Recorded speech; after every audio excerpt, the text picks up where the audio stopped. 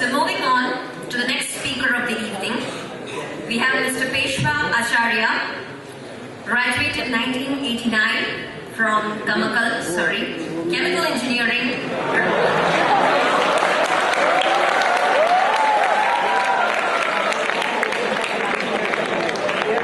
I'm sorry, I apologize. It's the Department of Chemical Engineering, and he has also been staying in Rajendra Prasad Hall of Residence.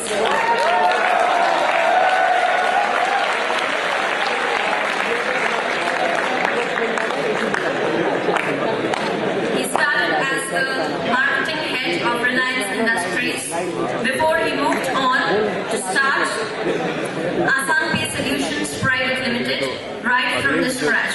So we would love to hear from him. Mr. Acharya, the dais is yours.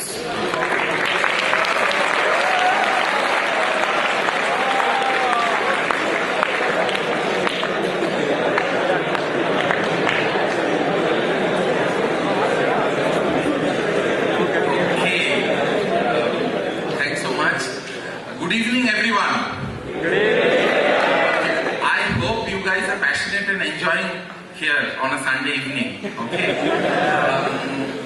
I try to keep it as short, pithy, and laconic as possible. You know, we have all the evening to ask any questions. You guys should ask questions. You know, but in terms of what I have to say, I try to keep it as pithy as possible. Okay. From my side, I have been exactly like you guys. I think 25 odd years ago, 25 years ago, okay? So, possibly before many of you were born. So that's what it is. But that's the thing. I can't change that. In fact, I seem to miss out because, you know, I have passed out 24 years ago and I did not find time, and because of the locational so-called disadvantage of KGP, I have never come to the campus for the last 24 years after my convocation. And so it's a great opportunity. I really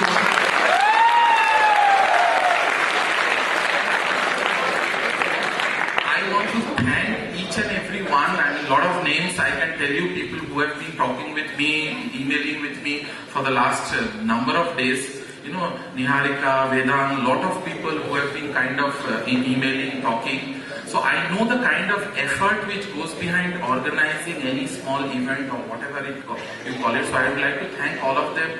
I'd like to thank the alumni cell or whatever it's called, some of the faculty who's behind it, the people who are, and all of you who come on a Sunday, and all my colleagues and fellow alumnus here. Okay, so I think it's a good opportunity.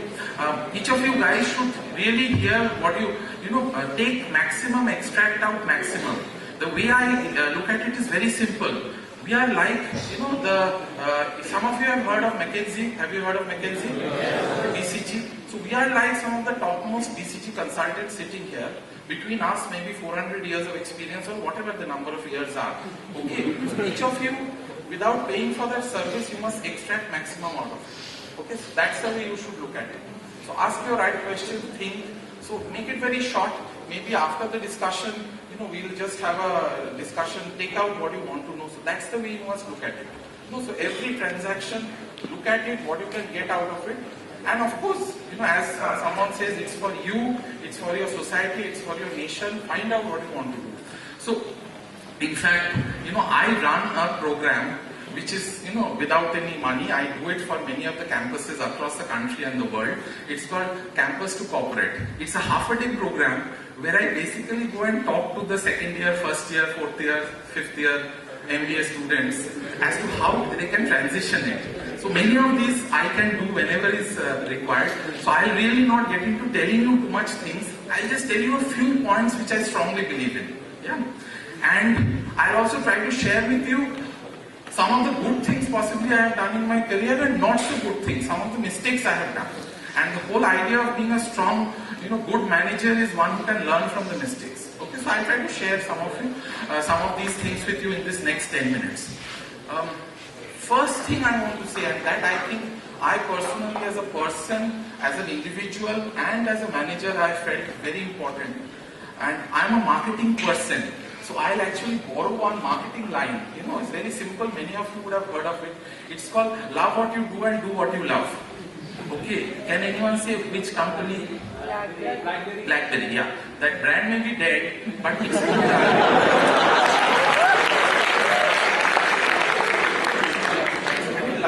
so, and I have personally always felt that if each of you can understand and appreciate this, this will really help in terms of what you want to do, your career, your personal life, and your balance between personal life and professional life. Okay, so you really have to enjoy and like what you are doing.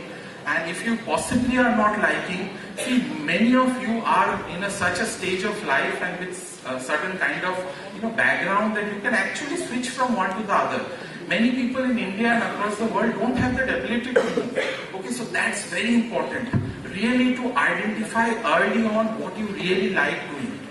See, all of us here may be doing various different things, but one of the things which I can tell you, what gives people personal satisfaction and possibly success in oneself is if you really understand and appreciate this. Do what you love and love what you do. Okay, so this is one thing which I want to leave with you guys. Think of it.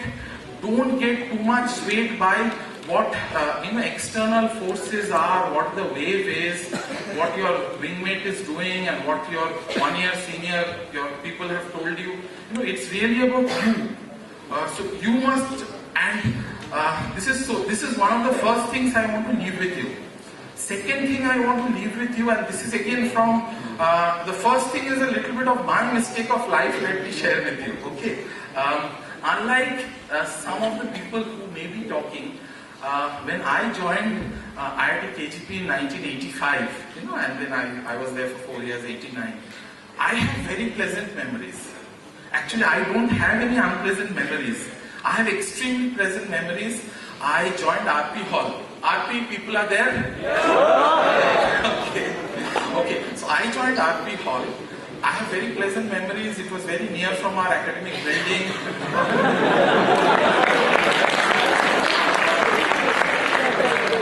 I come from a metro city, so I have never learned cycling. I had to come to KGP and learn cycling.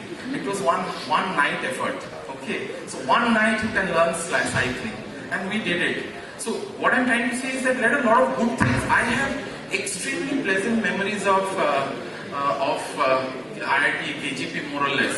Of course, one of the key issues which I don't know whether it still persists, but my time it was definitely there, was the quality of food. That was one of the issues. But there's a flip side to that also. I remember my side, there was a system that you have to have a mess card. Is it still there? Yes. And you have all these things written, chicken and all that. And Sunday used to be chicken. Sunday lunch was chicken and some yellow rice or whatever it's called, pulao, biryani. Yeah. And a lot of my batchmates were from Calcutta. So they used to go back. So all the cards I used to collect, and I had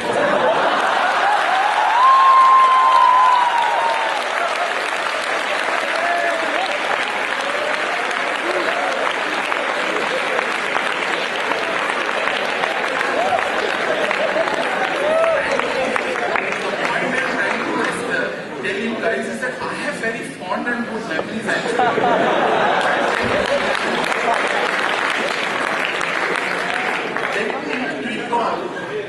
My time, I hope it doesn't happen now, but my time there was a major, what is called a union strike of the mess workers. Okay, that year. Yeah, hopefully it doesn't happen now, but it was a major union strike where first they said they will not work and possibly they stopped and there was no food. And if there is no food, obviously director has to close down. So at that time our chairman, board of governors chairman was a gentleman called Mr. Rusi Modi. Okay. So, and I really like him for at least this thing. He was a very tough and aggressive leader. So he said that, okay, let them go on strike. So they wanted to go, they were threatening, and finally they went on strike. So what Rusi Modi did was, he got all his chefs and people and the people who serve food from his nearby Tata factory. There's a Tata bearings and some Tata refractory and all that factory is there. So they got those chefs and the people who serve and all these people to serve us the food. And the kind of food we got in the mess is outstanding.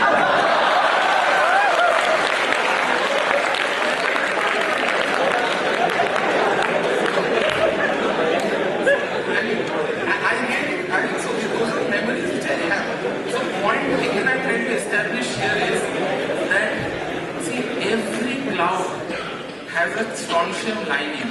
Okay, so behind, yeah, whatever, every camera has a silver lining, like silver metal. I thought engineers will like strontium, so I used. But every calamity, every adversity, there is a positive in it. For everyone. Either there is a learning from you as a person, or for the society or the people who are involved. Okay, so this is one thing which is very important to pick up in life, because it's not just about professional, even your personal life, it's very important. This really gives you a certain direction. So I just wanted to share some of these things with you. In terms of KGP, I think overall I really liked, I enjoyed. I had no problem. In fact, I just went back to RP Hall. I saw my old room in D block, some 202 or 1 or something. And it was a triple-seater room, and I used to stay alone, of course. It was a big room and everything. I also remember one thing that which really kind of helped me is, I think early on, I did a little bit of sports at that time. Many of you would not believe it, but I was the athletics team captain.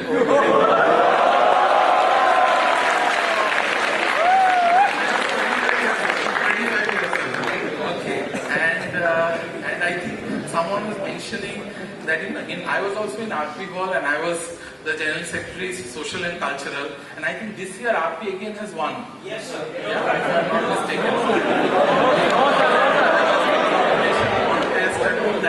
So I think for me personally, there has been a lot of learning of how do you handle big events, how do you understand people, how do you work with people, fairly diverse people. So these are the learnings which I have kind of got early on when I was a young person, I got that. So I think that really helped.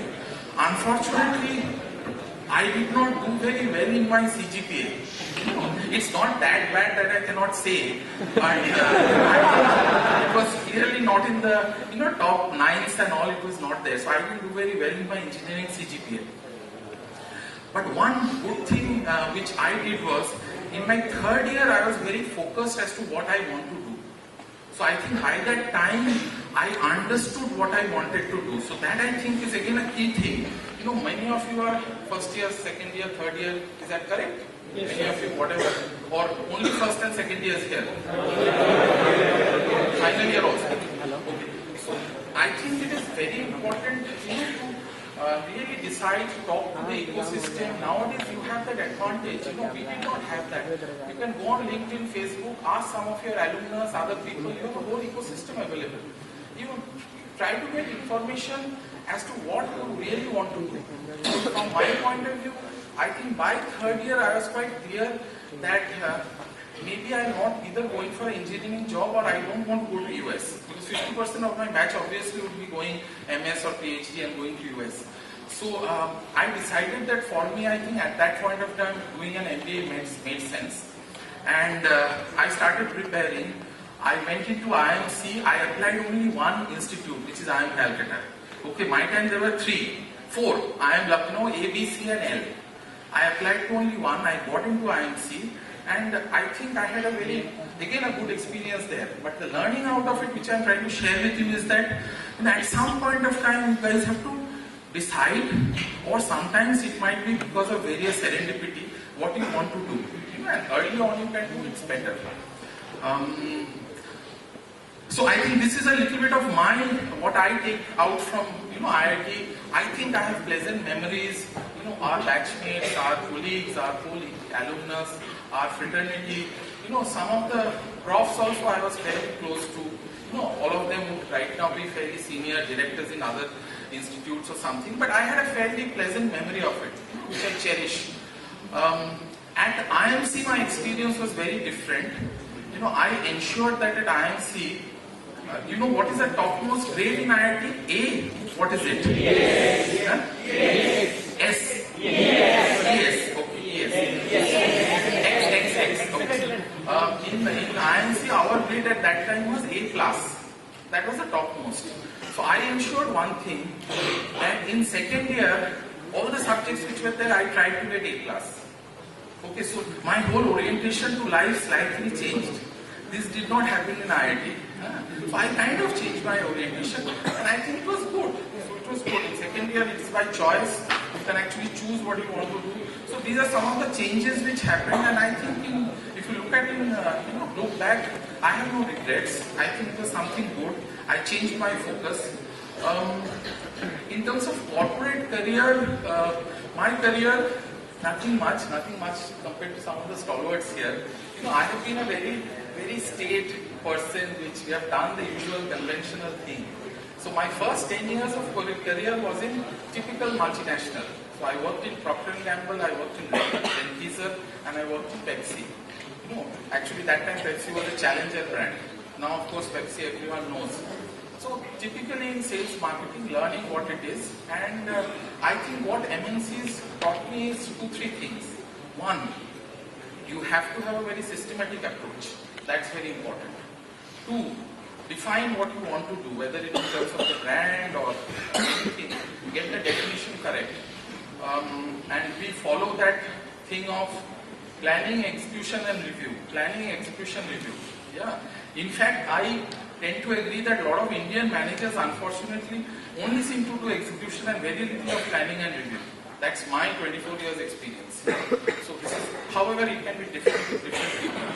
So this is the first 10 years of my career, and incidentally because I have been in sales marketing and all of you would know because I have been party to building some of the big brands in India, brands like Dettol and Ariel and O'Donnell and Dabur, all these brands you would be familiar with. These are some of the brands which I have built from a marketing point of view.